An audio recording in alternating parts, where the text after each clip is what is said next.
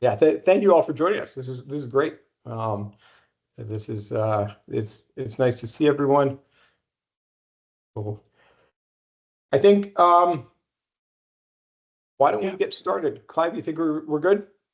Yep, I think we're good. That'll be fantastic. My name's Clive Whittaker, and this is Kai Gray.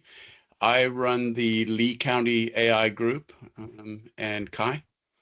Yeah, Kai Gray, and I am in Fairhope, Alabama, which is coastal Alabama, and I run a nonprofit called Lower Alabama AI. And both of these organizations are part of something that Clive and I started, which is local AI networks. And the idea behind these was a sort of a collection of these groups that are really focused on serving sort of I say rural. I don't think Southwest Florida is particularly rural, but underserved markets. And so we just welcomed a third member up outside of Richmond, Virginia, recently, and there'll be another chapter joining from Lawrenceburg, Tennessee, which is truly rural. So with that, let's get started. Today we're going to talk a lot about AI for your business and creating some actionable outcomes. I think just to sort of preface this, I'm besides the nonprofit, the work I do, I have two other companies, two other startups. One is, as you may have guessed, an AI-focused startup called Motive AI. The other is totally different. It's a carbon accounting firm. So we do a lot of emissions tracking and things like that. The point to all this is that, and my background is as a software developer, and sort of a technical person from the jump for me, and many moons ago. And the point of this is that both Clive and I have used a lot of AI in our respective businesses. So both of my companies have been built around AI. The carbon accounting firm is sort of older than modern AI, but when that became accessible from a developer standpoint, we started retooling a lot. And so this has been something that we spent a lot of time working with. And of course, I think it's always important that these types of webinars are valid for today. And everything changes, tomorrow. As they say, today is the worst it's ever going to be. And I think that we all have different experiences. I like doing these webinars because I actually learn a lot, because we'll present some things and sort of how we do them, and then really looking forward to your feedback and saying, hey, this is I do it this way. I think that there's 1,000 different workflows, or 1,000,000 different workflows that people have, and people have optimized how they do this. And if you're just getting started, hopefully this is a good place for you to start. So with that, I will get going. I think.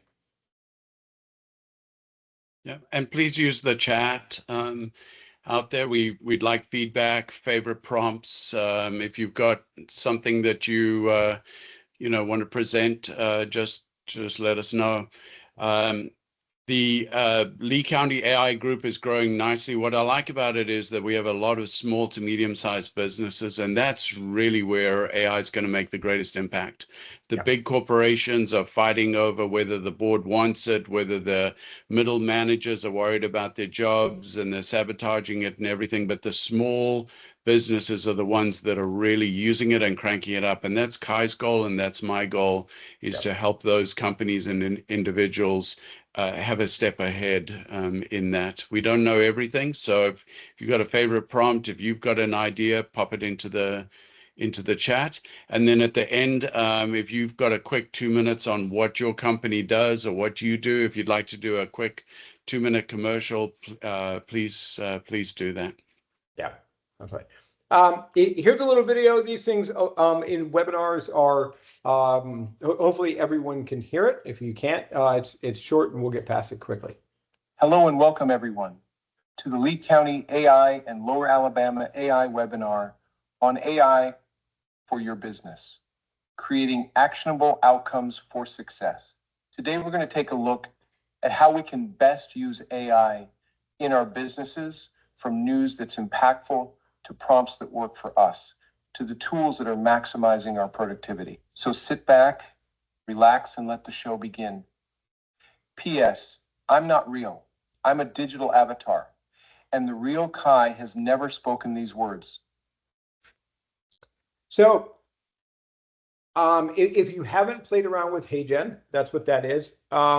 The HeyGen is a digital avatar, digital video creation tool where you record videos. And you can see this one was a little jerky. I recorded that probably a year and a half ago, that sort of base video that it's working off of. And it took me 2 minutes to create this right before we got started. Given more time, I could get that to the point where it was indistinguishable for me. In fact, I always joke that I had made some videos and I sent them to my parents, and instead of identifying them as AI, my father started critiquing what I was saying. And when I jumped in and said, "No, Dad, that's an AI. That's not me." My mother was insistent, and she said, "I know my son when I see him." And in fact, she didn't. So it's a good warning, but also it's a very effective tool for people that are in sales.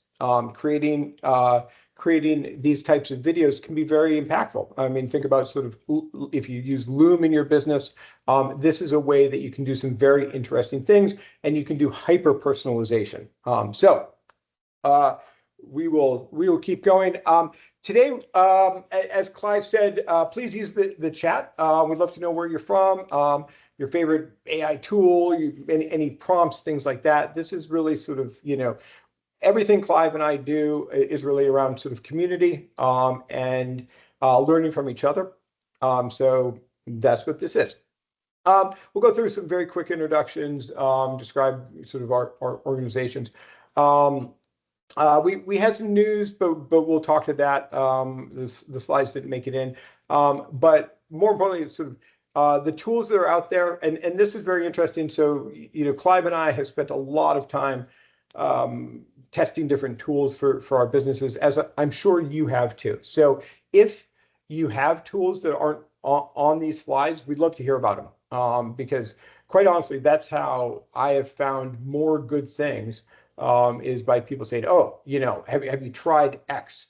And I said, "No, I've never heard of it." And it turns out to be the greatest thing ever. That's happening more and more.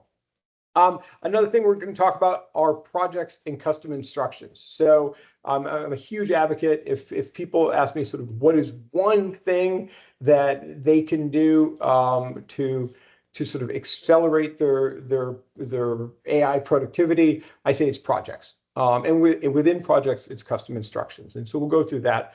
We'll go through prompts and really prompt engineering. That was a hot topic a couple of years ago. It sort of died out, but the reality is it's all about the prompts. And so we want to do a little bit of a medium dive on prompts and what makes for a good prompt. And again, I think a lot of us on this call have probably figured out different things. If you haven't, this will be sort of a good start. But we'd like to hear about sort of your types of prompts. Predictions, I think, we'd be negligent at the beginning of the year to not have a couple of predictions. And then lastly, sort of getting involved. Sort of if you want to participate in our collective organizations, how you can do that. So without further ado, Clive, you want to talk a little bit about Lee County AI? Yep. We meet once a month. I'm trying to move it to the last Tuesday of every month. So I'm working with Swamp Cat. We meet in a brewery, which is absolutely fantastic. Great beer, and Tuesdays happen to be $5 a night, so that makes it even more attractive. Good group. We've got everything from hospitals, CISOs, AI leaders for healthcare, all the way to small businesses that come out and attend. And we tend to pick one subject, one tool that we're going to use, and then we go through there, but extremely interactive. Both, the goal is that you find somebody in that group that can help your business. A developer may find a company that needs their skills, and a company may find a developer or a business person that has great ideas in there. So we're building a good community. We have 20 to 30 people that come out. The group has 218 members on the meetup. I hope that one day 218 of them show up with their best friends. So that's where we're going. We'll need a bigger brewery, but that's where we're headed. Right. And as I mentioned, so I run Lower Alabama AI. We have 2 meetups that we do down here. The first Friday we're in Fairhope, Alabama, and the last Friday we're in Mobile, Alabama. Some of you on the call have been to one of those meetups. Very similar to Clive's. These are run sort of the same way. It's supposed to be a very sort of inclusive group. There was a meetup we had. Someone brought their kids, and I remarked that it was the only meetup I've ever been to where it spanned a 4-year-old and an 80-year-old. So it was truly everyone under the sun, and of all different sort of maturity levels within AI. People who have never touched it before, and people who are seasoned pros. So those QR codes are our LinkedIn profiles. We'd love to connect with you if you'd like that. We'll be happy to share this deck with anyone. So don't feel the need to rush. There's also links at the end. And I highly recommend subscribing to Kai's newsletter. I just put the link into the chat for it. My group tends to get stuck on Notebook LM. We've got like the Notebook LM fan club out there. I think, Chris, you've been to some of the meetings for that. So fantastic tool. I try and steer it away from there because we have so many experts on that product. So if you want to know all about Notebook LM, come to one of our meetings and just ask anybody there.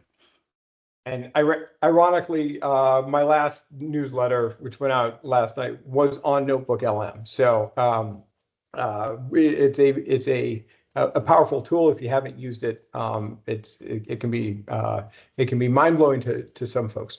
So the first thing that we wanted to talk about was prompting. Again, as I alluded to, this was something 2 years ago, 2+ years ago, prompt engineering became a job, and there was a lot of, I would say, hype around it. There was people making quite a bit of money going in and becoming sort of AI whisperers and developing prompts.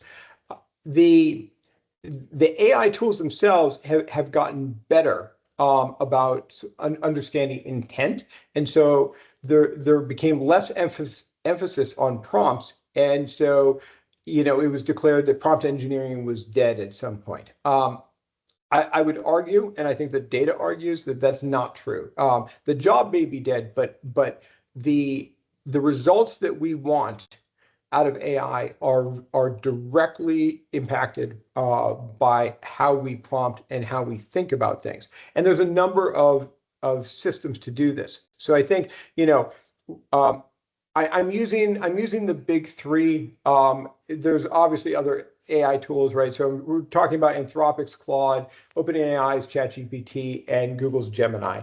Obviously, there's Grok, there's Perplexity, there's Mistral. The list goes on. I would say that they all follow a very similar structure. Some prioritize certain things more than others, but if you stick to the sort of high levels, you're going to get a very good outcome or a better outcome on all of them, regardless.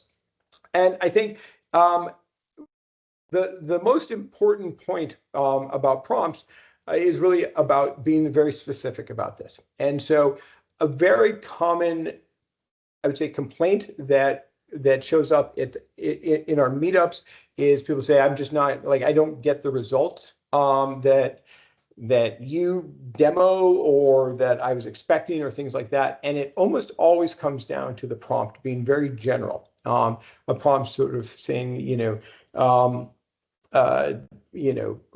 how do I make more money? Things like that. How does my business get more customers?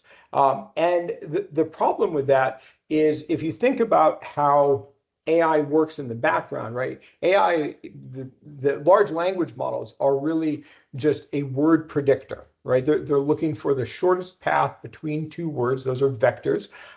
And so when you ask a very broad question, it has its full sort of corpus of data to use, which is so large that it is very difficult for it to come up with something very meaningful. It's going to answer you back in a very general way because you asked a very general question. Now, that's gotten better with the reasoning models. Right now, all of the models that we all use collectively are all employ reasoning, which does a better job of trying to figure out that intent. But still, if you ask a very general question, you're likely going to get a more general answer, and you're going to have to drill down on that.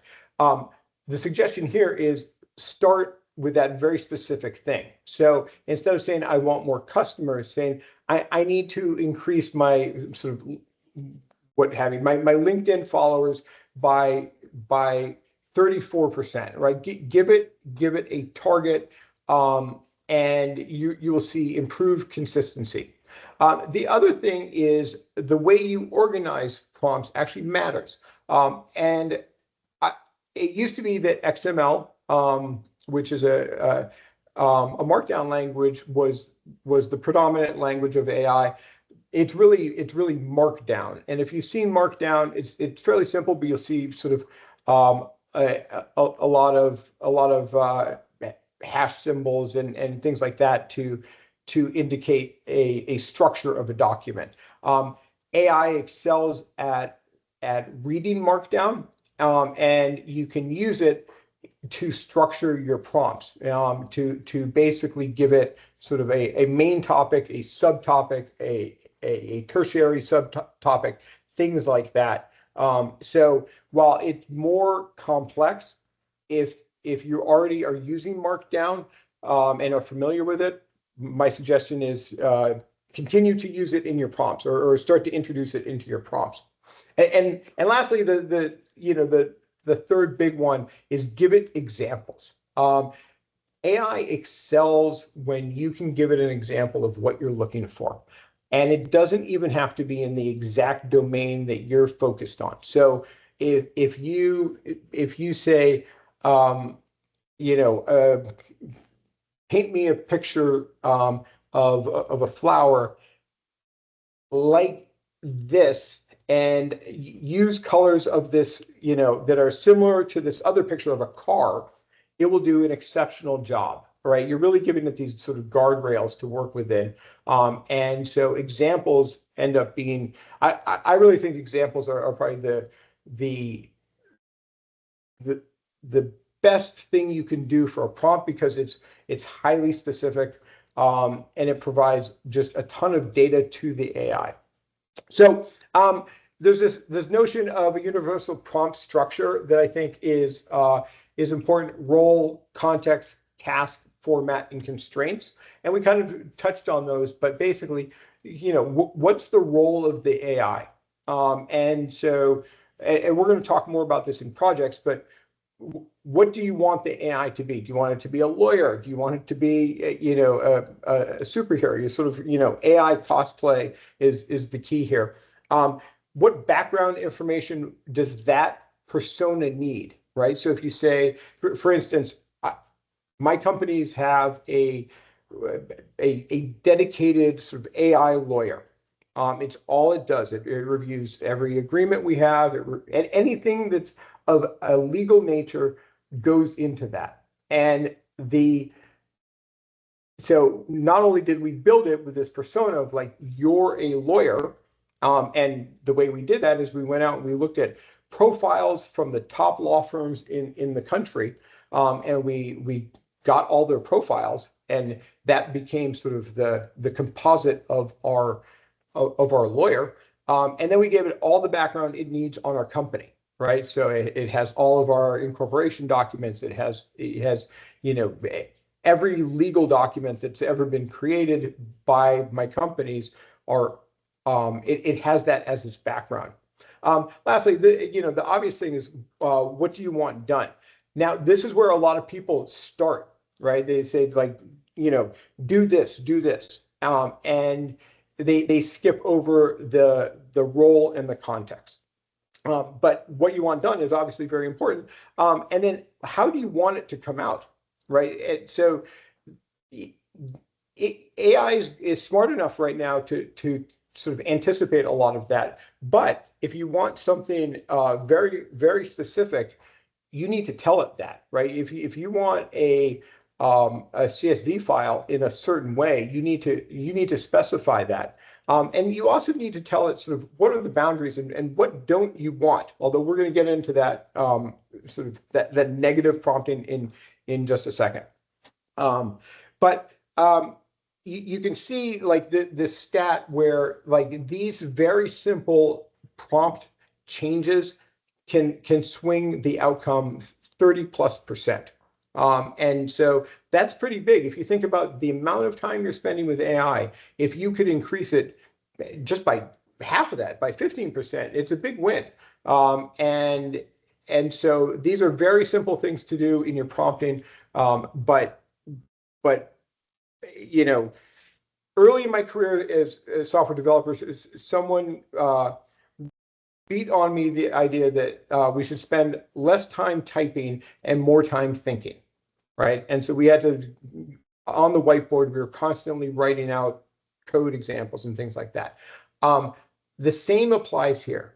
You should spend more time thinking about your prompts and tweaking your prompts, because also you can continue to use those over and over. Yeah. So if you went back a page there, oh, sure, sorry. So if you were writing a user manual, you'd say the role is somebody who a customer service manager who really cares about their customers, who is kind, gentle, empathetic, and very good at explaining things. The context is how to install a pool pump. Here's some examples of other, use the examples that I've attached in here. And the task is, I want to write a one-pager. It needs to be broken down so that it's easy to read. And I want a quick to scan at the top of the page instructions sheet. And then the format would be in a Word document so that you could put it, HTML to put on your website. And then Kai will cover the constraints as we go. So it's a way of breaking it down before you put it in there. My writings, one of my prompts is almost 2 pages long, describing each chapter that I want to write, how many paragraphs, how many sections, where I want quotes inserted, where I want the research to be done. And it produces a beautiful output on some very messy language that I put in there. I laugh because Clive has a very distinct way of writing. Those of us who know him well, we know Clive speak, and now AI knows Clive speak too, which is very important. Two examples that I want to go through: chain of thought and few shot examples. So chain of thought is something, when prompting first came out, this was a really big this was a really big sort of concept, this idea of chain of thought, because it wasn't being built into the AI. This was something that you had to do. And this is basically wrapping one thought into the next one, and as a way of sort of iterating. So you develop this whole chain. I will say it's still a very valid thing. We do it kind of instinctually now. It's been built into a lot of reasoning models. So you should ultimately spend less time thinking about chain of thought. But it's it is what's happening on the back end. So a reasoning model will take an answer, it'll think about its answer, it'll try to incorporate it into its next output, and then take that answer, think about it, incorporate that into its next output, and so on and so forth. The few shot examples, and you'll hear a lot in AI about sort of shot examples. There's 0 shot and 1 shot. It just means sort of what are you giving AI to start? And so you'll hear about people that are developing apps, and it's a 1-shot app, meaning that they put in 1 prompt and the output was the final product. Every time I see that, one eyebrow goes up, and I squint real hard, because this is a very common thing you see on Reddit, in the AI subreddits, is sort of my 1 shot to production app.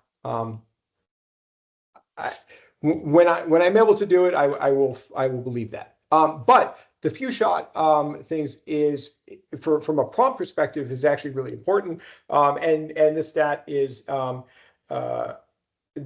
that you don't want to give it too many examples, right? So it seems counter, but if you give it too many examples, you'll see degraded performance, right? So this idea that like 5 examples outperform 20 examples in studies. And so using just a few good examples will beat using a lot, even of good examples. If you give it multiple examples, the last one that you give it will count the most, right? So AI still has this recency bias where if you give it 3 examples and your 3rd example is, you're trying to give it examples of zoo animals, and your last example is about a kangaroo, your output is going to be biased towards kangaroos.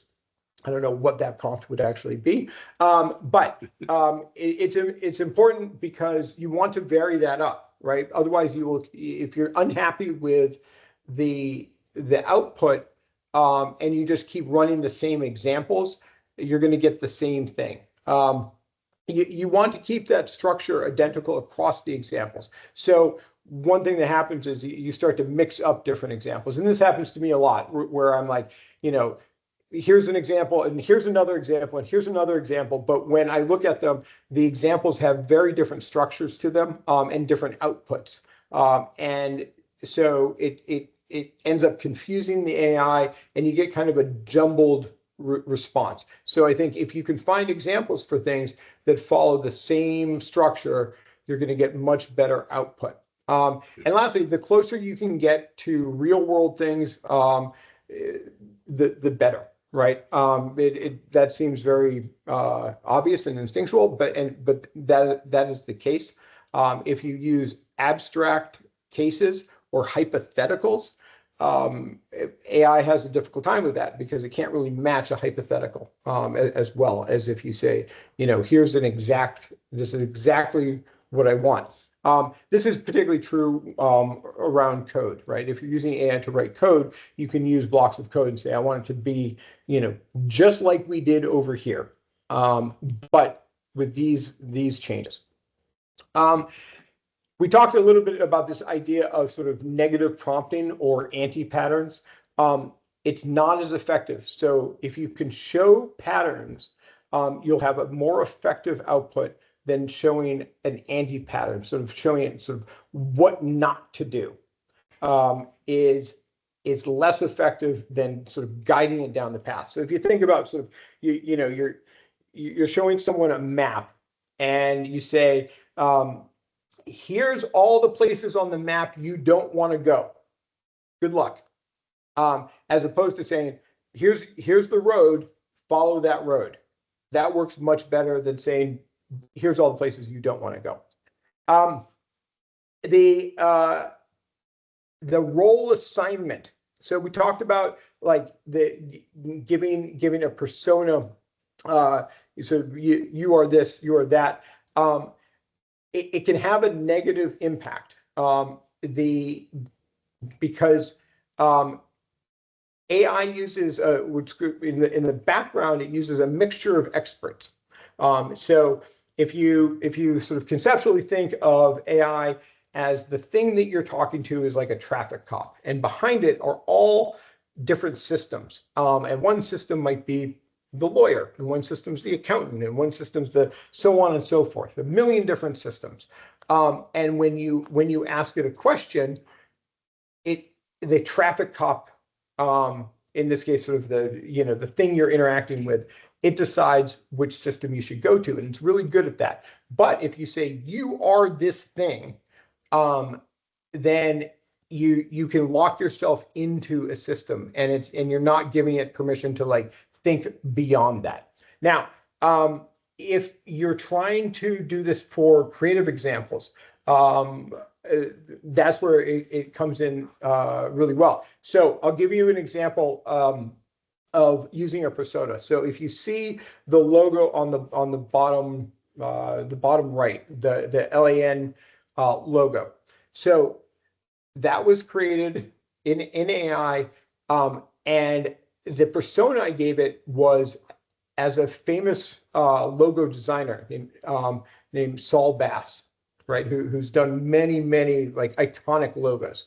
So I said, in the style of Saul Bass, this is what I want, right? So I was giving it sort of a creative persona to do something, and it did a very good job of matching that. And I also gave it examples of other things that he had done that I liked.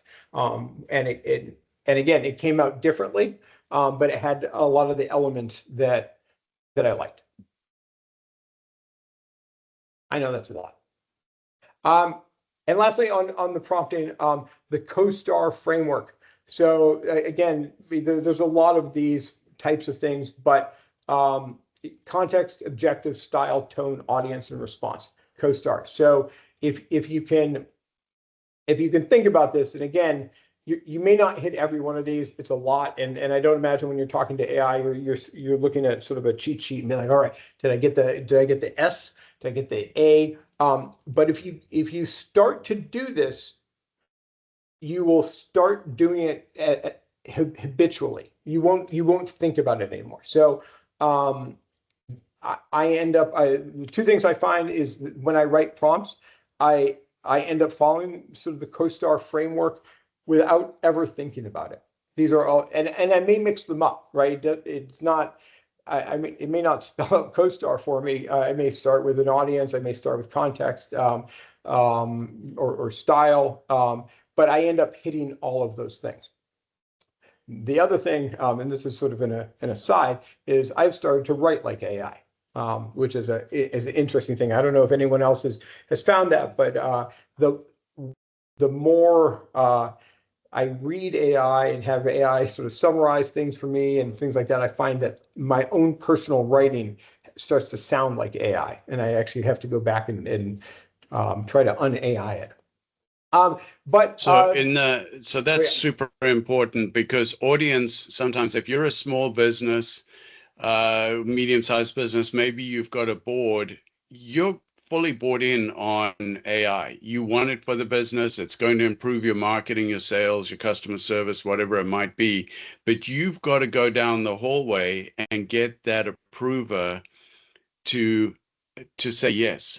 So Kai had a CEO that would drop off the cheap bargain basement hard drives on his desk with a price on it every Monday and say, why aren't we buying these? Why are we buying these enterprise grade hard drives? So his salesperson would tailor everything for that person. Kai was no longer the audience. It was the CEO that dropped off the bargain basement thing. So I believe starting with audience is super important. And what do you want that audience to do so that you're helping the audience, and then you can go backwards from there. It just doesn't fit into the acronym very well to start with audience. Just a little background on that. That sales guy that Clive's talking about is him.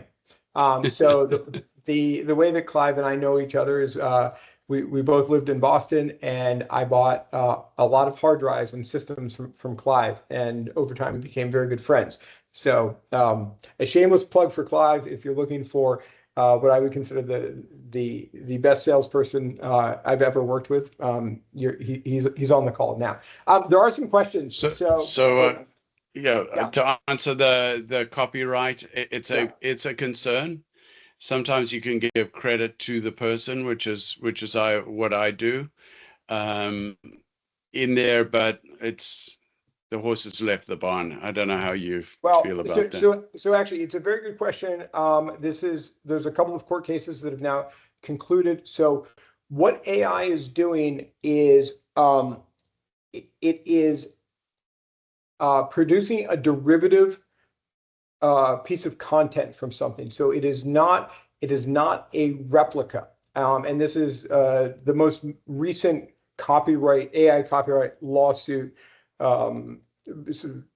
established this. So for instance, if I ask you for the summary of a book, The Great Gatsby, and you tell me all about The Great Gatsby and the characters, you're not infringing on any copyright. You're giving me a derivative of the book. Even if you go sort of chapter by chapter, it's still a derivative. You're not quoting it directly. So when you do things in the style of, it's a derivative. This is not a creation of Saul Bass. It's an inspired by, but it is not a copy. And that's a really, really important thing. And that's where a lot of the copyright law has come down on that side, which is that the AI is ingesting this content. So the AI reads a book. When you ask it about that book, it's giving you a derivative result, as opposed to just saying, here's the book verbatim, feel free to download it and read it. That would be a violation of copyright law. So rock and roll is derived from the blues, the same sort of thing, right? That an artist saying my inspiration is, or a writer saying my inspiration is Shakespeare. Shakespeare can't come along and say, hey, you used it. So AI is that middle bridge that gets inspired. Is that what you're saying? Yes, that's right. So it's not verbatim. Even using your music example, you have a lot of sampling in music, and there's a certain amount of sampling that is, when you go over, I forget how many seconds, it's considered copyright infringement. But if you keep it under a certain amount of seconds, it is effectively a derivative. You've created a new piece from that. This next thing, the idea of prompt chaining, is something that I do a lot. I highly encourage it if you're not doing it. It works really well, and this is for more complex things. So something that I do a lot of research for my other jobs, and I use deep research a lot. Now, I am a pro or max subscriber to a lot of the different AI services. It's part of the business, but a lot of them have a deep research function. So ChatGPT, Claude, Perplexity, I think all of them have at this point implemented this. So my workflow for a complex task like this that follows this exact pattern is I will work very hard on a prompt. In fact, I'll use AI to help me refine a prompt for doing deep research. Once I have a prompt that I'm satisfied with, I will put that same prompt into multiple systems and have it run a deep research report. And I will get back, 10 or 15 minutes later, a report. I will then take that report and look for patterns in it. I want to see sort of overlapping data, or really what I want is I want things sort of outside of that Venn, right? Like what's not overlapping? What did one system find that another system didn't find? And then I will merge all of that information into one sort of comprehensive report or piece, right? It's that I synthesize all of that. So it's time consuming, but in the grand scheme of things, it's not. This is something that would take us months to do in the past, and I do it, and it might take an hour. But you end up with a much more exhaustive, comprehensive, quality deliverable at the end. So sort of gathering all the raw data, sort of looking for those patterns, and then synthesizing it to create this final report. Very, very effective, and really some tremendous stuff. I will add one more thing. If you stick that final deliverable in Notebook LM, you can do some pretty amazing things with it. So this is something, if I want to learn a new subject pretty quickly, and it's a complex subject, I'm on a sort of it's super nerdy, but I'm reading a bunch of physics books right now. And if I have a real a problem sort of understanding stuff, I will follow this exact path. And then I will put it into Notebook LM, and it will create a podcast for me that I will then listen to while I'm driving around. So I don't expect anyone to necessarily do that. Definitely not with physics books. But very common sort of mistakes. These are are really obvious, but I think they're worth just touching on. So we talked about sort of don't be too vague.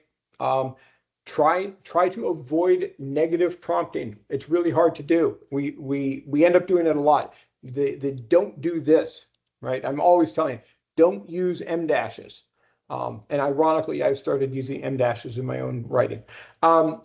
Changing the variables of the prompt. So we want to iterate through prompts, and sometimes we end up changing everything about it. If you do that, it's better just to start a new session completely. So you want to limit the amount of changes on each iteration that you do. This one, sort of the same prompt across models. I do that a lot, and I will say, like, I end up tweaking them a little bit on per model. So ChatGPT handles things differently than Claude, for instance. Those are my two main ones. And I will ask it different things. I know that the responses I get back from ChatGPT are going to be more sort of bullet point, more how-to, whereas Claude is going to be more creative writing and flowing prose. So I will end up modifying the prompts, but I usually start out copying the same prompt across them. And then ambiguous output format. Again, AI is getting much better at understanding your intent.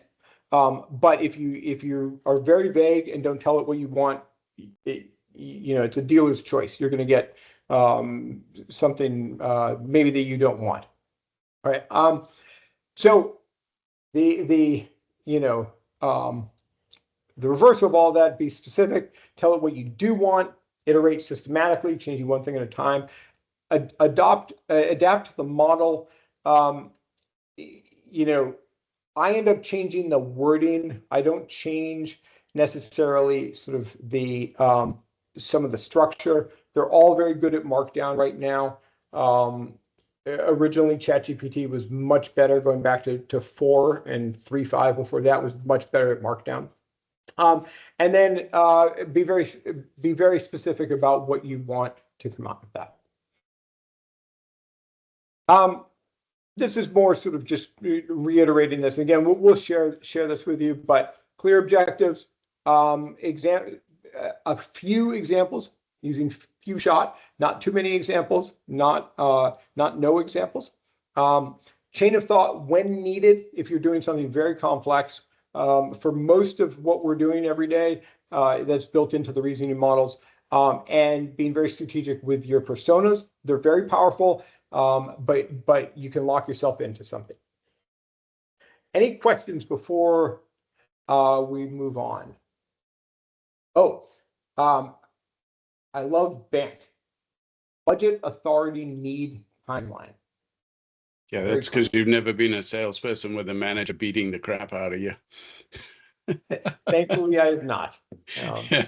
Although where's your band? Where's your band? I need a band on this. That's really cool. It is very good to have that process and to do that. I'm not taking away from anything that you put in there, Christopher, but sometimes we have nightmares about those parachute VP meetings, right? PTSD.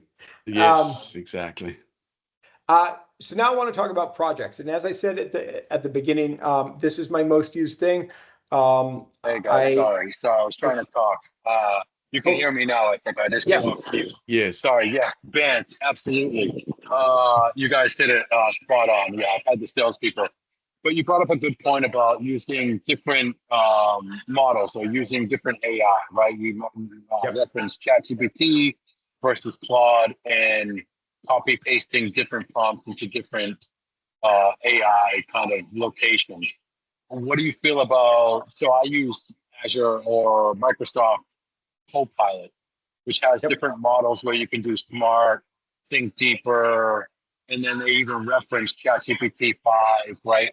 Do you reference, staying in one platform and just using those different models, or are you still suggesting Claude? Because I know ChatGPT or Copilot, think deeper is more for, in my situation, I'm writing a story and they're like character arcs, and like analyzing your information is to think deeper.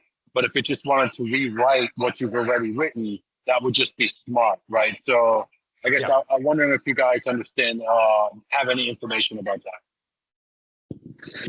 So I used different AI engines to do different things.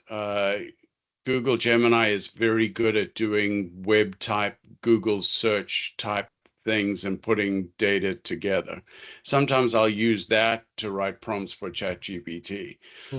There's sometimes that you don't, if there's a memory on the AI, there's some things that you want to search that you don't want to poison your well of data. So after I've done something in ChatGPT, I say, delete this from memory, or do not remember this, or do not put this into my history, because I don't want it to learn too much of that.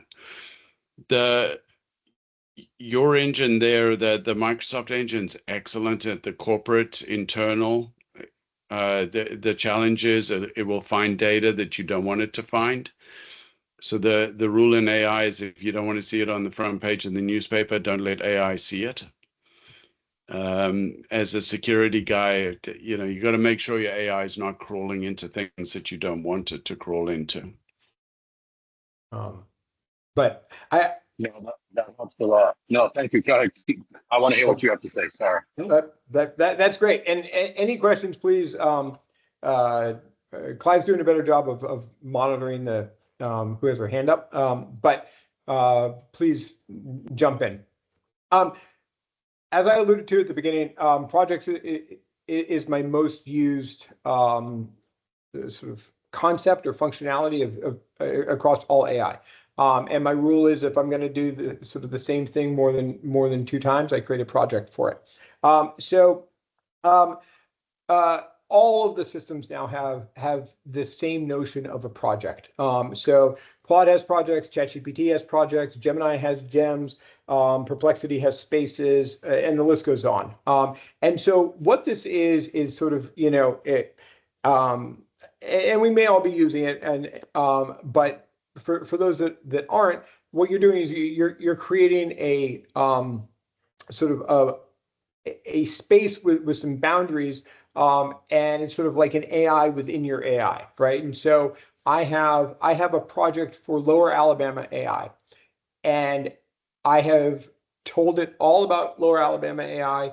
I upload all of the documents pertaining to our meetups or anything we want to do. It knows all of the past emails, things like that. And so I don't have to refresh its memory ever. It knows all about that.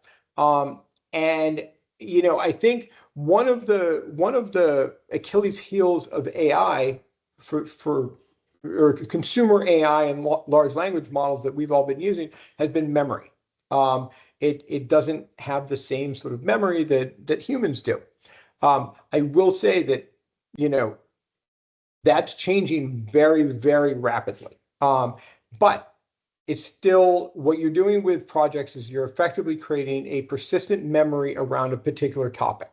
And so, for my father, for instance, he has stacks of notes about his house, right? He's an architect and he's documented everything. It's great, but it's a lot, right? He has drawings of all the electrical, what goes where, everything. And he was trying to show me all this stuff, right? He said, you need to know all this. And I said, Dad, you need to create a project and you need to upload all of these documents.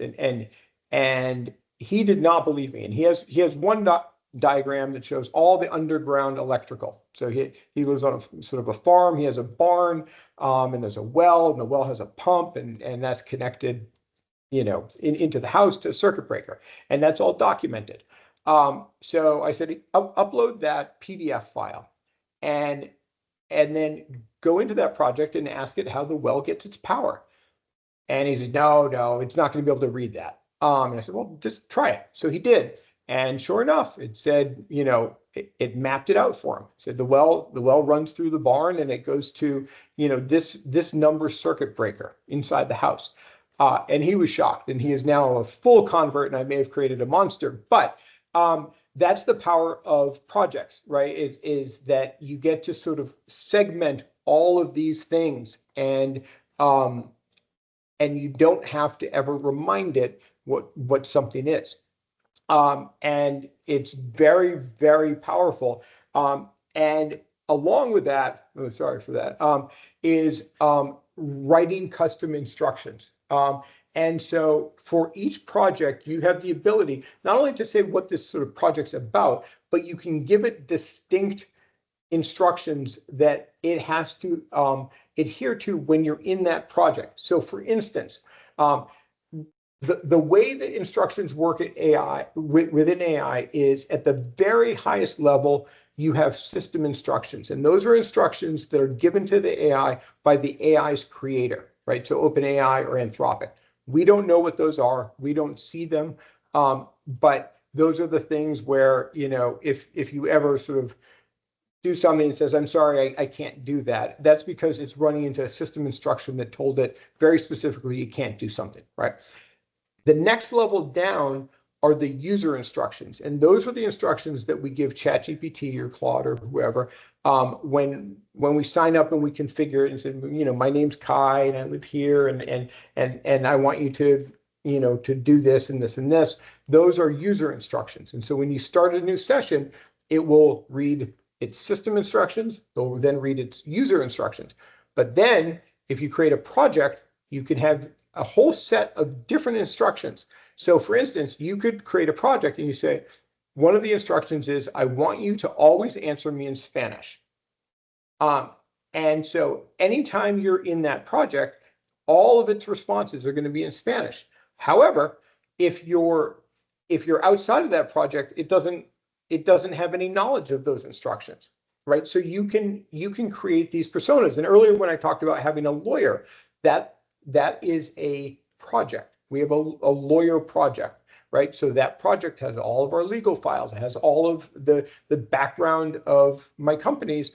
It also has a very extensive instruction set that tells it, again, who it is, what the role is, what the context is, how I expect it to respond, what the formats are that I'm looking for. I'm never looking for a lawyer to create drawings or make images, right? I'm only looking for documents. And so it has a rule, like you are only to create documents. You're never to write code, for instance. You're never to create images. And so it's insanely powerful. And it's the thing, even without custom instructions, projects are the way to go. They're very powerful, but when you get into the custom instructions, you can really create these very distinct AIs within your AI. And there's definitely a meme about this, but it's something that the more you use it, the more powerful it gets, right? It starts to have all of this context, right? It remembers every chat that you've had within that project.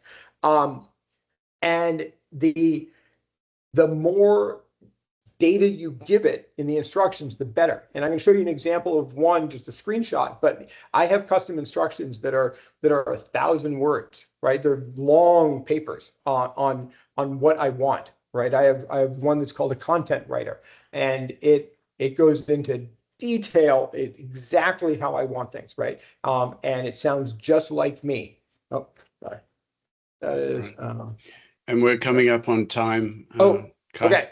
Yeah, we'll be very quick. Okay, so uploading samples of what something good looks like.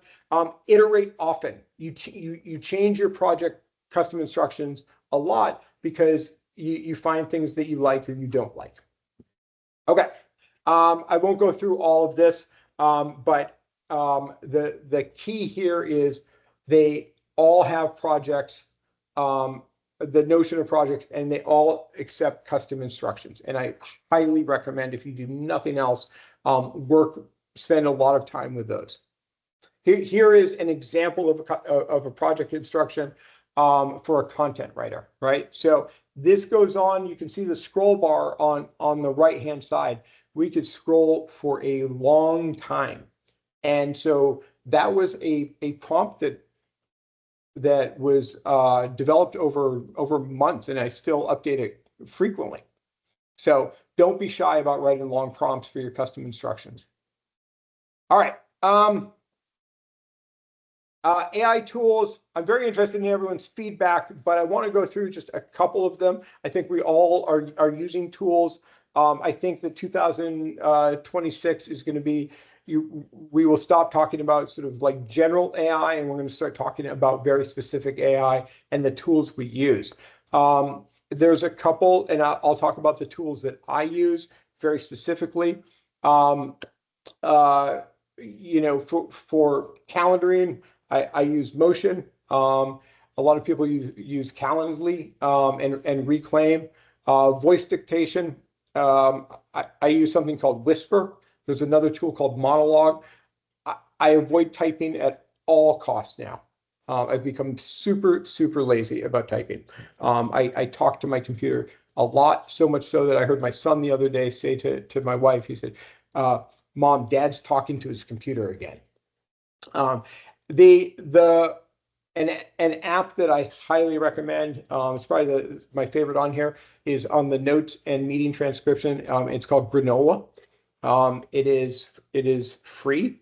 The free tier is really, really generous. And I use the heck out of it and haven't paid. I'm waiting for the other shoe to drop. But it is by far, in my opinion, the best meeting transcription app there is. And I've tested all of them. Again, we're going to share this deck. I will upload it to the chat in a minute. There are lots of different tools. I think that so that's an old Bing image creator, that's not supposed to be there, but image creation, that's the biggest change over the past couple of months. Nano Banana, which is built into Gemini, is right now the top dog in terms of image creation. There's also Sora 2, which is ChatGPT, is also very good. The last meetup we just did a deep dive on all of these. I want to point out Adobe's Firefly because it's the only one on this list that uses images that have only been trained on its own data. So if you're concerned about copyright, use Adobe Firefly. It's part of the Creative Suite. It costs money. It does a very good job, and you can rest assured that you're not violating any laws. I won't go through this due to time. I think a couple of these are very interesting. Tidio at the top is a very good customer support tool if you have a small business and you're looking for something to do sort of live chats and AI. It's very configurable, very easy to use, has a lot of integrations. I find it great. The bookkeeping AI tools are really everything leads back to QuickBooks, meaning that those other tools, those are the two other top tools there to help you with QuickBooks. I've not found a separate application for that.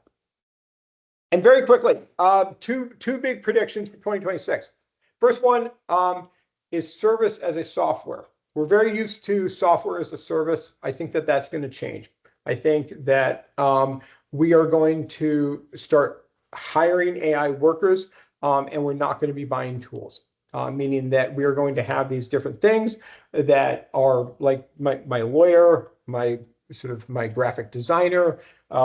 These are my AI workers. I think we're fully going to go into that in 2026. So this idea of service as a software is really going to be very interesting. The other is this idea of the cognitive divide. A big study came out from MIT. I think it's really important. And really what it says is if we are outsourcing to AI our first line thinking, we are becoming less capable of critical thought. So however, if we use AI as our second line of thinking, it actually increases our critical thought. So think about that as you use AI and also as your kids use AI, right? So if you're turning to AI to do everything at the first pass, which I'm guilty of doing on a certain amount of stuff, you're degrading your own cognitive processing. And however, if you're using it to refine what you do, you end up increasing your cognitive abilities. So I think we're going to start to see certifications that say either there's already the made by human certification. I think like the AI free certification is coming. And I'll leave everyone with this. If you would like to get involved, if you're in Alabama, come visit us. If you're in Southwest Florida, Lee County AI is the place to go. Last Tuesday of each month. All of our links are in our link tree. You can subscribe to our newsletter down with that QR code. And I'll say one other thing. If you would like to start your own chapter, if you live someplace where you think, hey, this would be really interesting in my town, we don't have anything like this, reach out to us. We would be happy to help you. That's what we do. It's not, this is not we're a nonprofit. We want to see these increase. We want to see people use AI more and get more educated in it. Couldn't agree more. Thank you, everyone. Thank you so much for your time. I'm going to hang out, but I'm going to stop the recording. There you go. Good.